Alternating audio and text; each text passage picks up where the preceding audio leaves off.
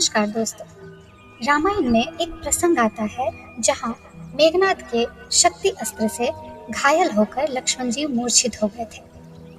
उसके बाद मेघनाद ने लक्ष्मण जी को उठाने का प्रयास किया ताकि वो उन्हें उठाकर लंका ले जाए, लेकिन लक्ष्मण जी मेघनाद से नहीं उठे। आज हम जानेंगे कि मेघनाद से लक्ष्मण जी क्यों नहीं उठे। मेघनाद बहुत बलवान था, परंतु फिर भी वो लक्ष्मण जी को क्यों नहीं उठा पाया। मेघनाद बहुत शक्तिशाली योद्धा था, जिसे भगवान ब्रह्मा, विष्णु व महेश से अनेक वर मिले थे। उसने स्वयं इंद्रदेव को भी जीत लिया था, जिस कारण उसे इंद्रजीत भी कहा जाता था।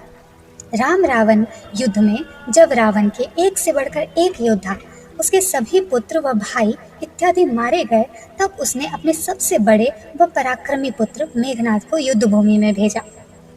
अपने प्रथम युद्ध में मेघनाद ने नागपाश बाण की सहायता से भगवान श्री राम व लक्ष्मण को उसमें बांध दिया था।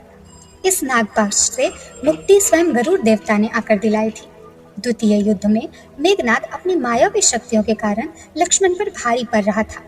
वह आकाश मार्ग से तीव्र गति से उन पर प्रहार कर रहा था। तब उसने लक्ष्मण को शक्ति बाण से मूर्छित कर दिया था, लेकिन उन्हें उठा नहीं पाया था। जानते हैं क्यों?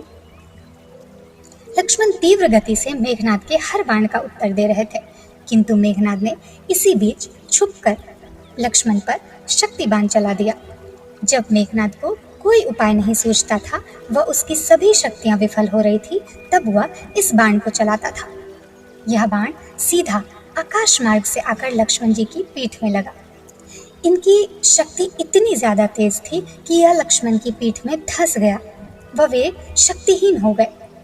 बाण के लगते ही लक्ष्मण के हाथों से धनुष बाण छूट गया और वे मूर्छित होकर भूमि पर गिर पड़े। जब मेघनाद ने यह देखा तो वह अत्यंत प्रसन्न हुआ और लक्ष्मण का मृत शरीर अपने पिता को सौंपने के उद्देश्य से उनके पास गया। उसने अपने सैनिकों को लक्ष्मण का मृत शरीर उठाकर उसे लंका के महल में ले जाने का आदेश दिया, किंतु कोई भी उनका शरीर उठा नहीं पाया। यह देखकर स्वयं मेघनाद उनका शरीर उठाने के लिए आगे आया, किंतु अपनी पूरी शक्ति लगाने के पश्चात भी वह लक्ष्मण को नहीं उठा पाया। इसके बारे में रामायण में लिखा गया है कि लक्ष्मण स्वयं शेषनाग के अवतार थे, जिनके फन पर ही यह पृथ्वी टिकी है। शेषनाग अपने आकार में ही इतना विशाल होता है कि उसका भार किसी सामान्य व्यक्ति के द्वारा उठाना असंभव है।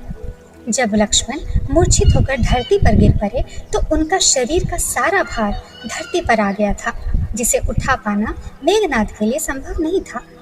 जब मेघनाद ने लक्ष्मण को उठाने का प्रयास किया, तब हनुमान उनके पास आए व उसे यह अनायास प्रयास करते हुए पाया। उन्होंने मेघनाद को धक्का मारकर गिरा दिया और लक्ष्मण जी के शरीर को अपने कंधे पर उठाकर तीव्र गति से हवा में उड़कर और युद्ध भूमि से बाहर ले गए। यदि मेघनाद लक्ष्मण को युद्ध भूमि से राजमहल में ले जाने में सक्षम हो जाते तो शायद ही उनका जीवन बच पाता, किंतु स्वयं शेषनाग को उठाना उसके वश में नहीं था। दोस्तों, उम्मीद करती हूँ कि ये जानकारी आपके लिए अच्छी रही होगी। अगर आपको ये वीडियो पसंद आया हो तो प्लीज़ इस वीडियो को लाइक कीजिएगा और हमारे चैनल को सब्सक्राइब कीजिएगा। दोस्तों, अगर आप चाहते हैं कि हम किसी और टॉपिक पर वीडियो बनाकर लाएं तो प्लीज़ इस वीडियो के कमेंट बॉक्स में हमें बताइएगा। हम पूरी कोशिश करेंगे आपकी ख्वाहिश को पूरी करने की। राधे राधे।